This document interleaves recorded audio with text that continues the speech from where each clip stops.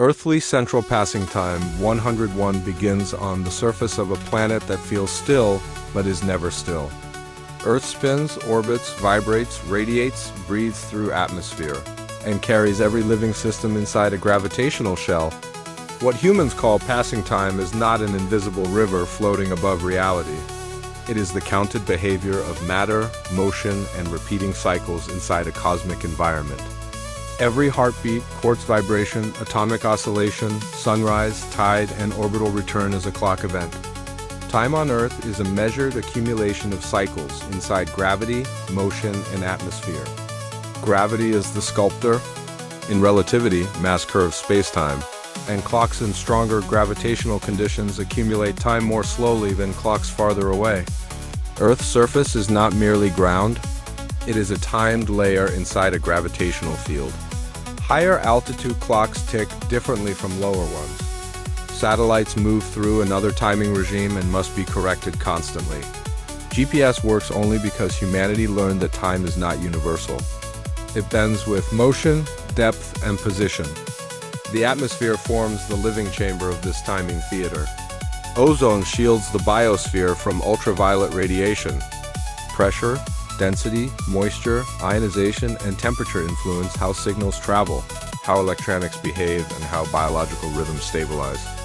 Atmosphere does not create the core law of relativistic time dilation, but it conditions the world in which Earth clocks survive, transmit, and synchronize. It is the protective filter, the signal medium, the thermal regulator, the cradle around the clock. This is where the image of spiraled melting clocks becomes scientifically meaningful. A clock melts when synchronization breaks between reference frames. One oscillator remains here, another rises upward, another accelerates, another crosses a different medium, and their counted cycles no longer align perfectly.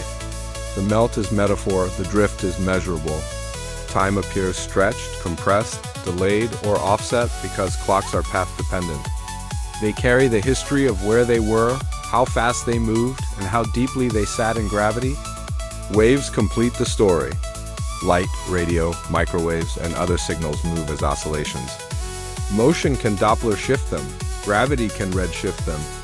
Atmosphere and plasma can scatter, delay, bend, refract, or attenuate them. What feels like frequency slicing is the sorting of signals by medium, energy, path, and observer relationship. Certain peaks survive, resonate, amplify, or arrive more clearly than others.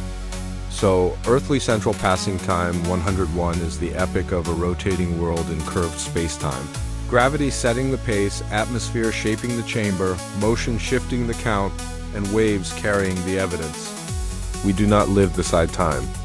We live inside a planetary timing machine, where every second is an agreement between oscillation, environment, and the geometry of the path through space.